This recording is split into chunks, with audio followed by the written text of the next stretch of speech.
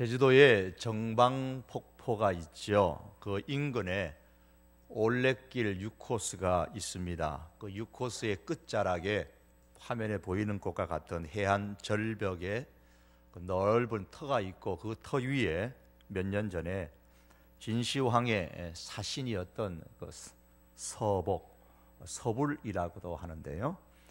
이분의 서북 전시관이 저렇게 세워졌습니다.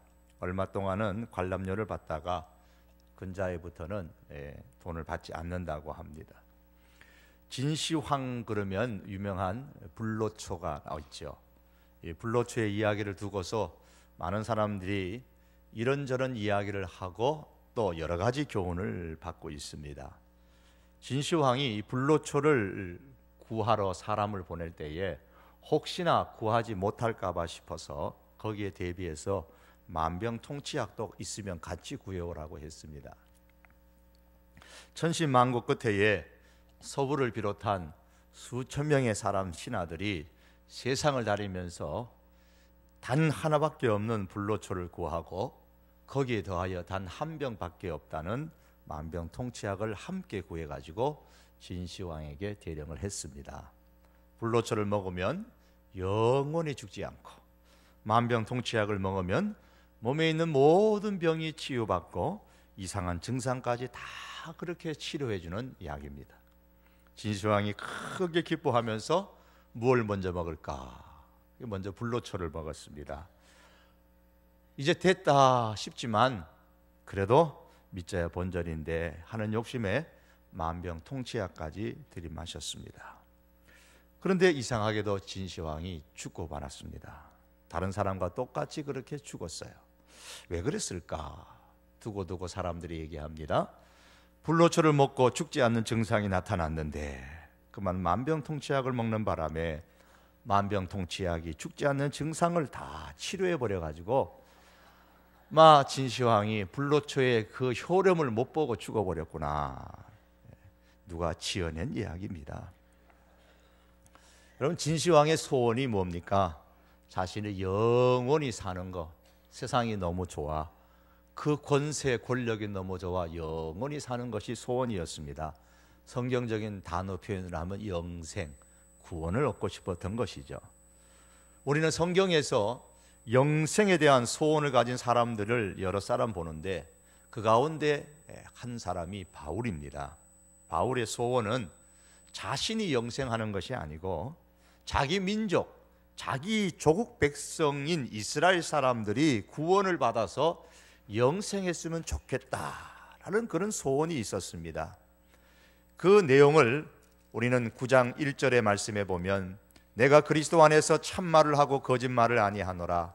나에게 큰 근심이 있는 것과 마음에 그치지 않은 고통이 있는 것을 내 양심이 성령 안에서 나와 더불어 증언하노니 나의 형제 곧 골육의 친척을 위하여 내 자신이 저주를 받아 그리스도에게서 끊어질지라도 원하는 바로다 그랬습니다.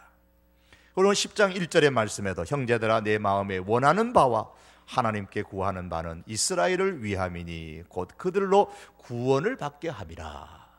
자기 조국 백성이 구원받지 못하고 영생 얻지 못하는 것을 너무너무 이 바울은 가슴 아파하고 그 일로 말미암아 근심을 했습니다.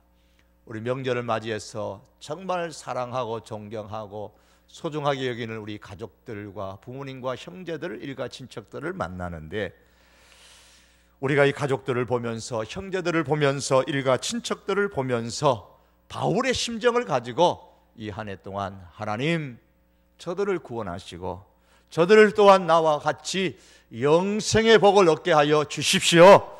이렇게 소원과 기도를 포기하지 아니하고 올 한 해도 하나님 앞에 올려드릴 수 있기를 축복합니다. 수많은 자기 조국 백성들은 정말 그 구원에서 제외된 것을 볼 때에 바울이 몹시도 안타까웠습니다. 그런데 오늘 9장 30절에서 33절에 보니까 그 반면에 유대인이 아닌 이방의 사람들은 믿음으로 구원을 받았다 그렇게 말씀합니다. 30절에 보면 이방인들이 의를 얻었으니 곧 믿음에서 난 의요. 여기서 의라는 단어는 법정인 용어입니다. 붙잡았습니다. 죄수인 줄 알고, 죄를 지은 죄인인 줄 알고 붙잡아서 조사를 하고 재판을 받아보니 죄가 없더라, 그 말입니다. 죄 없다 판결을 받는 것을 일컬어서 의이다 혹은 의롭다 이렇게 말합니다.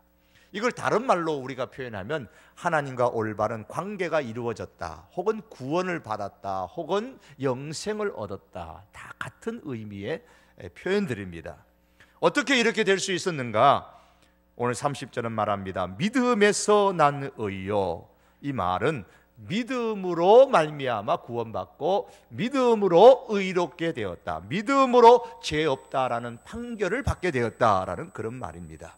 그런데 이스라엘은 영생을 추구하는 법을 갖고 있었음에도 불구하고 끝내 이 의를, 구원을, 영생을 얻지를 못했습니다.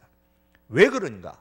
32절에 그 해답이 나오는데 어찌 그러하냐 그러면서 설명을 합니다. 이스라엘 사람이 믿음을 의지하지 않고 자기의 행위를 의지하기 때문이라고 말씀했습니다. 구원은 믿음으로 얻는 것이라고 말씀을 하는데 이스라엘 사람들은 자기 행위의 공로로 의를 얻으려고 했기 때문에 얻지 못했다는 말입니다.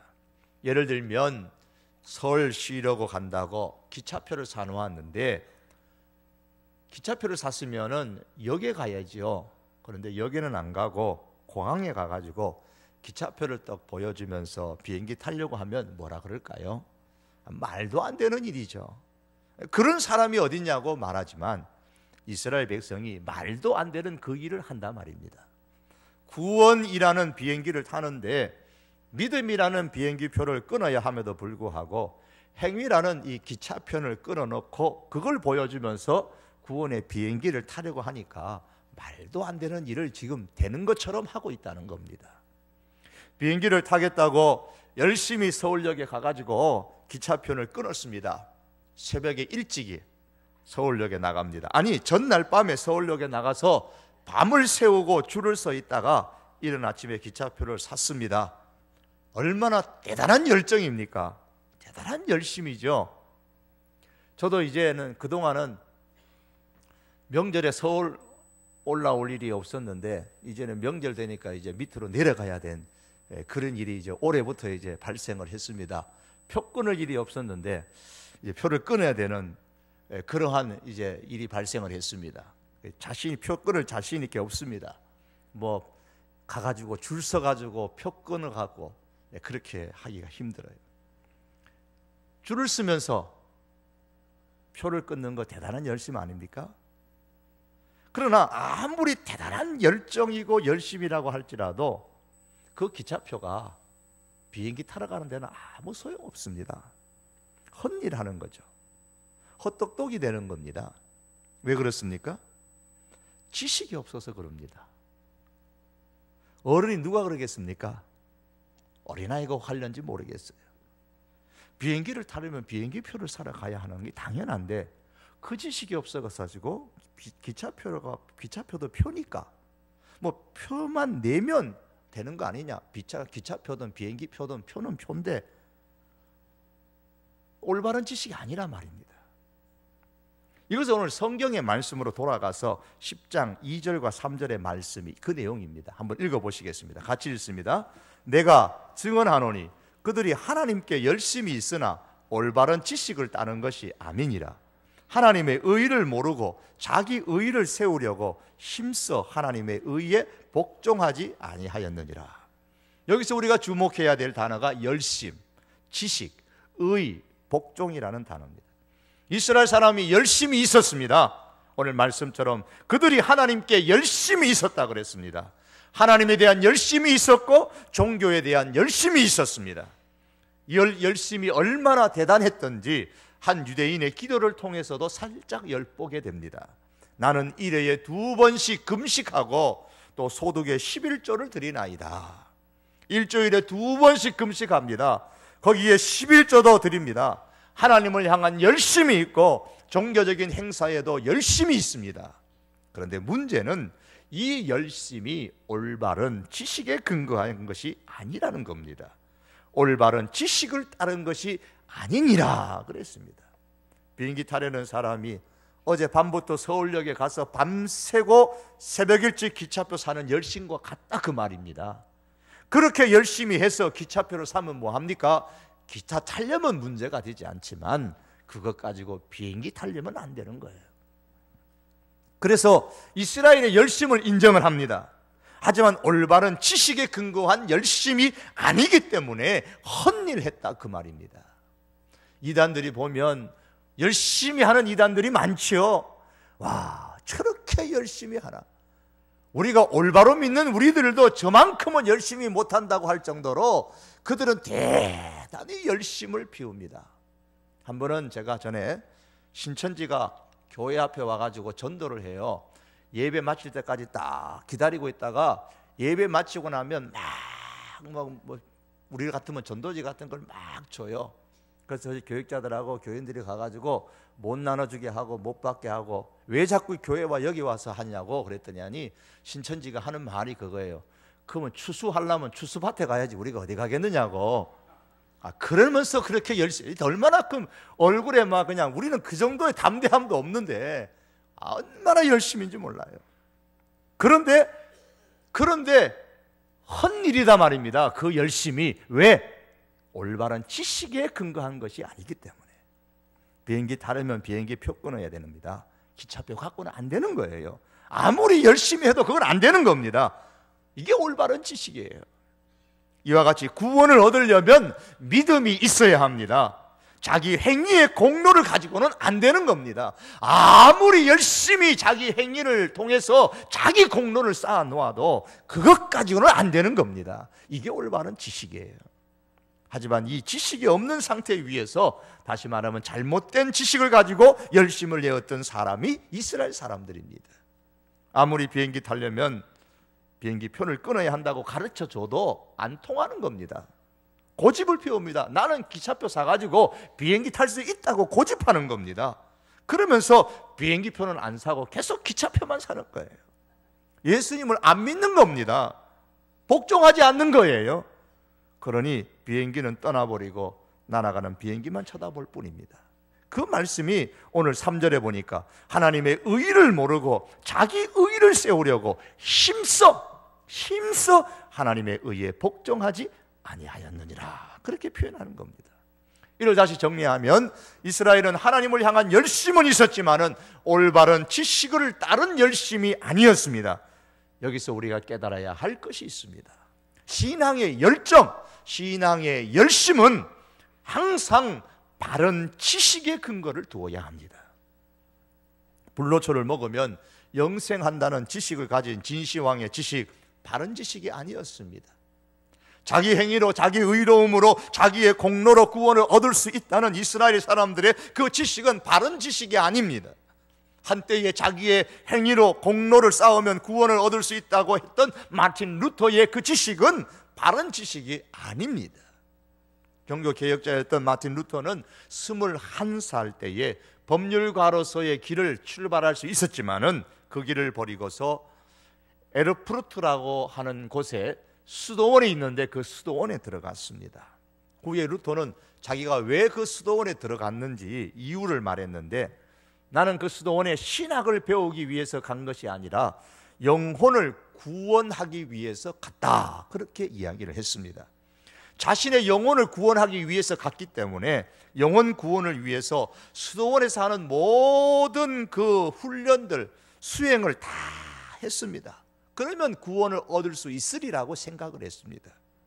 그는 수도원에서 자기의 영혼을 구원하기 위해서 최선을 다했습니다. 아무리 하찮은 일을 할지라도 정말 자기 영혼 구원을 위해서 최선을 다했습니다. 그 결과 그는 수도원에서 가장 경건한 모범적인 수사라는 명성을 얻었습니다. 후에 그는 이렇게 편지를 썼습니다. 저는 경건한 수사로서 말할 수 없을 정도로 엄격하게 수도회의 규율을 따랐습니다. 만일 수사 활동만으로 천국에 갈 수 있다면 저는 틀림없이 천국에 갈 자격을 얻었을 것입니다. 저를 아는 수사라면 누구나 이 점을 인정할 것입니다. 생략하고 이런 편지를 썼습니다. 또한 그는 자신의 영혼 구원을 갈망하면서 로마의 순례길을 떠났는데 그 로마의 순례길 중에 빌라도의 궁전 앞에 놓여있는 28개의 계단을 무릎을 꿇고 한 계단 한 계단 올라가면서 이렇게 기도합니다. 이 계단을 인류의 죄를 위하여 오르신 그리스도여, 나의 이 작은 성의를 보시고 나를 받아 주시옵소서. 나의 죄를 사하시고 지옥의 두려움에서 부디 나를 구하소서. 28개의 계단을 올라가면서, 정성껏 올라가면서 그 올라가는 행동, 그 모범적인 수사로서의 생활, 그 공로를 통해서 구원을 얻으려고 했지만 그것 때문에 구원을 얻는 것은 아니다라는 사실을 후에 깨달았습니다. 우리가 헌금함에 교회 예배당에 들어오면서 헌금을 넣으면서 주여 내가 헌금을 합니다, 주여 이것을 통해서 나를 구원해 주십시오, 그거 안 되는 겁니다. 그걸로 통해서 구원을 받을 수 있는 게 아닙니다. 왜 그렇습니까? 열심은 있었지만은 구원의 길을 찾는데 남다른 열심이 있었지만 바른 지식에 근거한 것이 아니기 때문에 그렇습니다. 이 땅에는 진시황이나 이스라엘 사람들이나 한시전의 루터뿐만이 아니라 구원의 길을 잃어버린 줄도 모르고 그냥 열심히 하기만 하면 되는 줄 알고 종교적인 행위를 하는 사람들이 얼마나 많은지 모릅니다. 그저 샤머니즘, 그 모든 종교들이 무엇 때문입니까? 열심히만 하면 되는 줄 압니다. 새벽일찍 정화수 떠놓고 빌기만 하면 되는 줄 압니다. 심심산골에 들어가가지고 수행만 오래도록 하면 그렇게 영생을 얻고 구원을 얻는 줄 생각합니다. 그러나 열심은 대단하지만 그러나 올바른 지식에 근거한 것이 아니기 때문에 구원에 관한 하는 헛일하는 겁니다. 그렇다고 열심히 있는 신앙생동을 부정하는 것은 아닙니다. 성도는 신앙생활에서 열심히 있어야 됩니다. 바울은 자신이 열심히 하나님의 일을 한다고 했습니다. 오늘 본문 가운데서 열심히 올바른 지식에 근거해야 한다고 말하면서도 바울은 굉장히 열심히 있는 사람이었습니다. 누구보다도 열심히 있었습니다. 내가 하나님의 열심으로 너희를 위하여 열심 내노니 그랬어요. 하나님의 열심을 가지고 열심을 내었습니다. 제가 어저께 저는 명절에 처갓집을 가본 기억이 없어요. 결혼한 지가 28년이 되는데요. 명절 때는 목사라 가지고 갈 수가 없었어요. 저희 집에 가면은 저희 집에 가서 예배드리고 예배 인도하고 그리고 나면 명절 다 끝나버리잖아요. 명절 다 끝나버리면 처갓집에 제가 부산에 있고 뭐 이렇게 하면 서울로 올라올 수가 없었어요. 서울로 와서 제가 어저께 처음 갔습니다. 오늘은 못 가고 어저께 처음 제가 갔는데 가서 이제 그 텔레비에 보니까 어저께 바울의 전도 일정을 쭉 보여주더라고요. 예루살렘의 모세 일정하고 바울의 일정을 보여주는 뭐 기독교 방송인가요? 뭐 CTS인가요? 그 CBS인가요? 그거 보여주던데 바울의 일정을 쭉 터키 쪽으로 보여주대. 마지막에 정말 수고를 많이 했습니다. 얼마나 많이 걸어다녔는지 모릅니다. 배를 타면서 얼마나 많은 고생을 했는지 모릅니다. 정말로 열심히 했습니다. 그리고 성경에는 안 나오지만 마지막에는 참수를 당했다 그렇게 전해오지 않습니까? 바울이 말합니다. 내가 하나님의 열심으로 너희를 위해서 내가 열심 내었다.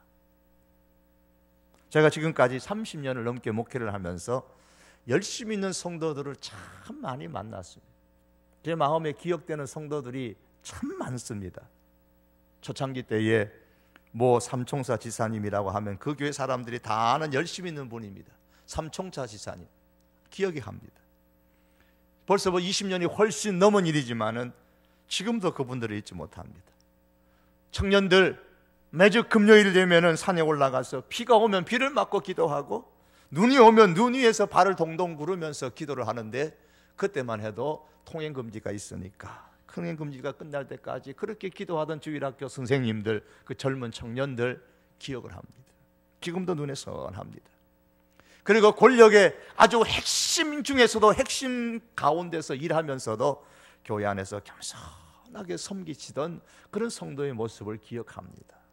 어떤 면에서 한국 교회는 그런 열심히 있는 성도들에 의해서 성장했던 것을 아무도 부인하지 못할 겁니다. 그런데 제가 기억하는 그 열심히 있으셨던 모든 분들은 한결같이 구원을 얻기 위해서 열심히 봉사하지는 않았습니다.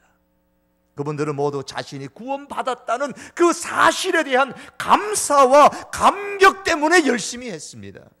여러분, 하나님을 향한 열심의 동기가 분명히 있어야 되는데, 하나님을 향한 그 열심은 구원을 얻기 위한 것이 아니고 구원 얻은 사실에 대한 감사와 감격 때문에 하는 겁니다. 십자가의 보혈과 그 십자가의 사랑이 내 영혼에 흐르도록 만들기 위해서 열심히 하는 것이 아니고, 십자가의 그 보혈과 사랑이 내 영혼 속에 흐르고 있다는 그 사실이 너무 감격스러워, 너무 감동해서 나오는 그 열심, 그래서 수고를 아끼지 않는 겁니다. 하지만 이스라엘 백성의 하나님을 향한 열심은 그게 아닙니다. 루터가 후에 깨닫는 것처럼 무지에서 나온 열심입니다. 이렇게 열심히 하면 내가 구원을 얻을 수 있으리라. 2절에 다시 말씀 보면 내가 증언하노니 그들이 하나님께 열심히 있으나 올바른 지식을 따른 것이 아니니라. 신앙의 열정은 항상 바른 지식의 근거를 두어야 됩니다. 그럼 여기서 말씀하는 바른 지식이라는 게 뭘까요? 지식이라는 단어를 일반적으로 그노시스라는 단어를 씁니다. 그런데 이 지식이라는 단어를 오늘 본문에서는 그노시스라는 단어를 쓰지 아니하고 에피그노시스라는 단어를 쓰고 있습니다. 이 지식 그러면, 그노시스 그러면 일반적인 지식을 말하지만, 에피그노시스라 그러면은 하나님의 뜻을 아는 지식, 하나님의 뜻에 합당한 지식이라, 그런 뜻입니다. 그러므로 신앙의 열정은 반드시 하나님의 뜻, 하나님의 마음을 아는 지식의 근거를 둬야 되는 겁니다. 신앙의 열심은 하나님의 마음을 알아서 그 마음에 맞게 행동을 해야 비로소 그 열심이 가치가 있다는 말입니다. 자기 멋대로 하는 신앙의 열심은 오히려 장애물이 되는 거예요. 하나님의 마음에 맞는 지식이 그럼 뭘까요? 본문에 의하면 한 3가지 정도를 생각할 수가 있는데, 그 하나는 예수님이 오심으로 율법은 완성되었다라는 겁니다. 이걸 알면은 율법을 하나하나 지켜서 구원을 얻으려고 하지를 않을 겁니다. 오늘 10장 4절의 말씀에 보면 그리스도는 모든 믿는 자에게 의를 이루기 위하여 율법의 마침이 되시니라. 율법의 마침이 되었다라는 이 말은 율법을 완성시켰다는 겁니다. 그리스도는, 예수님은 율법의 완성이다라는 말입니다. 무엇을 위해서? 모든 믿는 자에게 의를 이루기 위해서 그렇다는 겁니다. 그래서 구원은 예수님을 믿음으로 얻는 겁니다. 이게 두 번째 올바른 지식입니다. 구원은 예수님을 믿음으로 얻는 겁니다. 호텔에 가시면 마스터키라는 것이 있습니다. 몇백 개의 이 문을 그에 맞는 하나하나의 열쇠가 없어도 그 마스터키 하나만 있으면 문을 다 열 수 있는 그 키죠. 예수님이 율법의 완성이라는 말씀은 예수님은 마스터키와 같은 분이라는 거예요. 예수님을 믿으면 율법을 다 완성한 것으로 하나님께서 우리를 인정해 주시는 겁니다. 그러나 예수님 없이 율법을 완성하려면 문을 하나하나 다 열어야 되는 것처럼 율법의 모든 것을 하나하나 다 지켜야 됩니다. 다 행해야 됩니다. 그러다가 그중에 어쩌다가 하나만 잘못 지키지 못하면 전부를 다 지키지 못한 죄인이 되는 겁니다. 여러분, 감옥에 가 있는 죄수가 우리나라 헌법을 다 어겼기 때문에 감옥에 갔습니까? 아니죠. 그 중에서 헌법에 나오는 많은 죄, 법률에 나오는 많은 죄 가운데서 거기에 해당 감옥에 갈 만한 어떤 죄 하나를 지었기 때문에 그 감옥에 간 거예요. 헌법과 법률을 다 어긴 게 아닙니다. 하나밖에 안 어겼는데 뭐라고 부릅니까? 죄수라고 그렇게 부릅니다. 율법이 많지만은 그 율법을 중에서 하나만 어기면 죄인이 되는 겁니다. 그래서 율법을 다 지켜서 구원을 얻는 것은 불가능한 겁니다.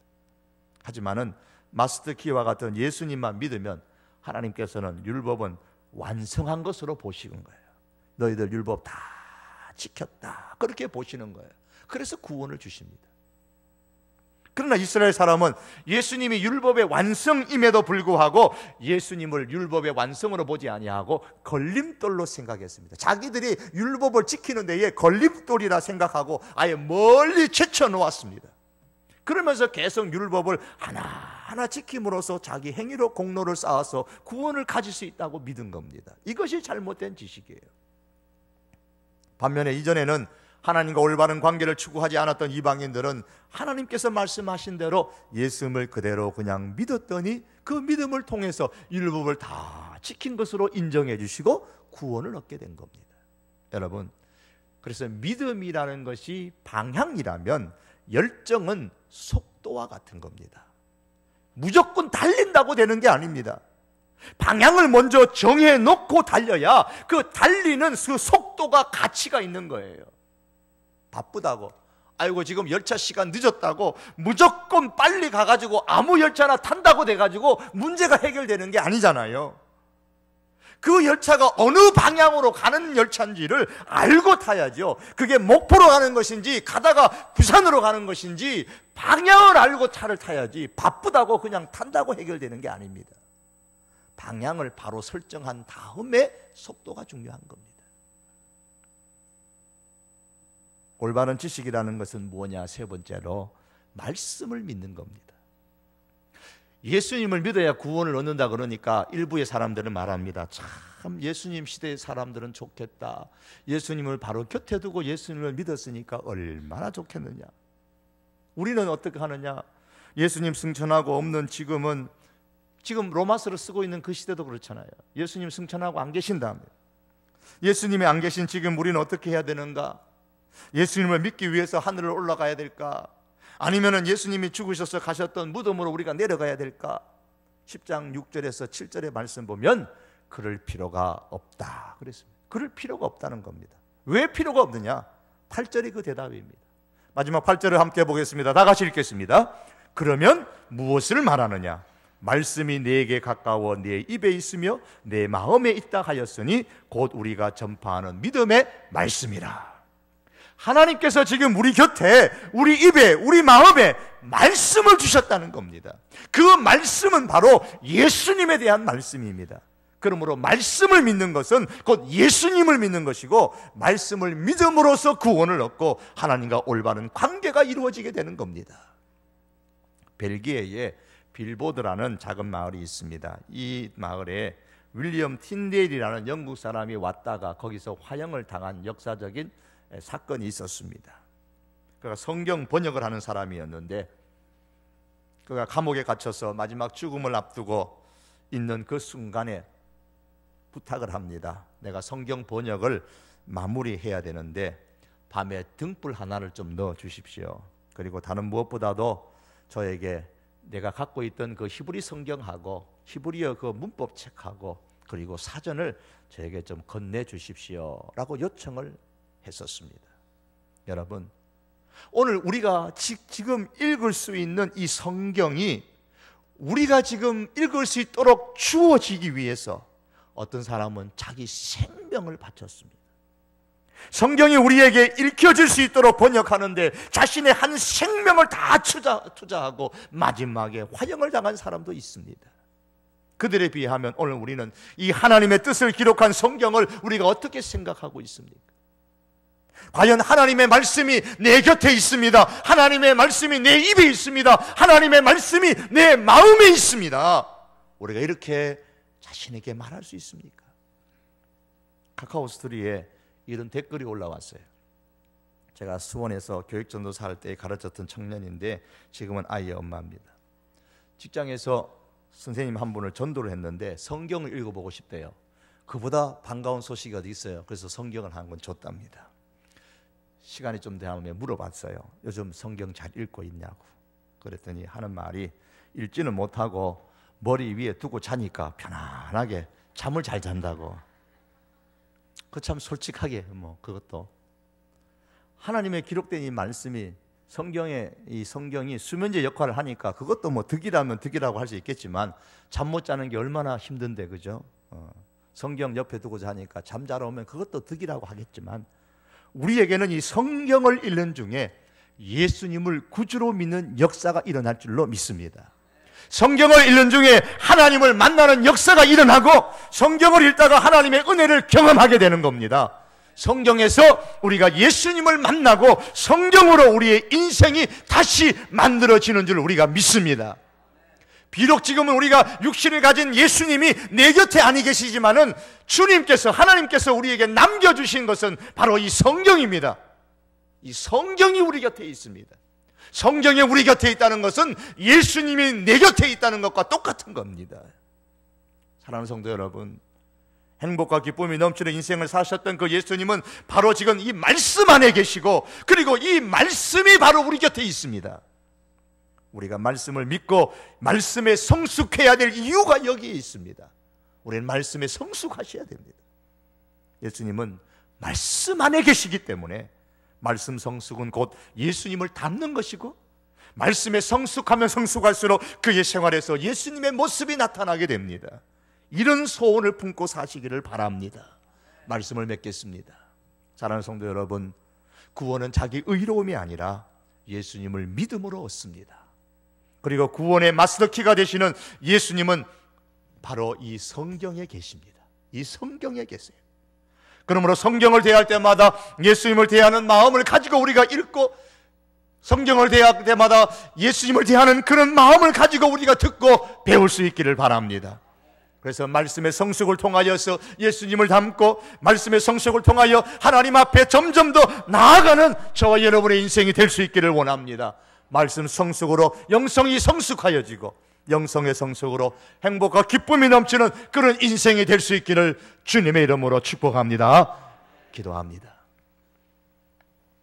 우리 시간 우리 같이 한번 기도하시겠습니다. 다 같이 기도하실 때에 바울의 소원처럼, 주여 우리의 부모님, 우리의 형제들, 우리의 일가 친척들, 주여 저들도 예수님을 믿음으로 구원받게 하여 주시옵소서. 성경의 말씀을 믿게 하여 주시옵소서. 말씀을 통하여 성숙하게 하시고 행복과 기쁨이 넘치는 인생을 살 수 있도록 우리 가족들, 부모님, 형제들, 일가 친척들을 주님 앞에 올려드리며 한번 기도합니다. 다 같이 기도하시겠습니다. 하나님 아버지여, 우리 고유의 명절입니다. 얼굴과 얼굴을 맞대며 기뻐하고 즐거워합니다.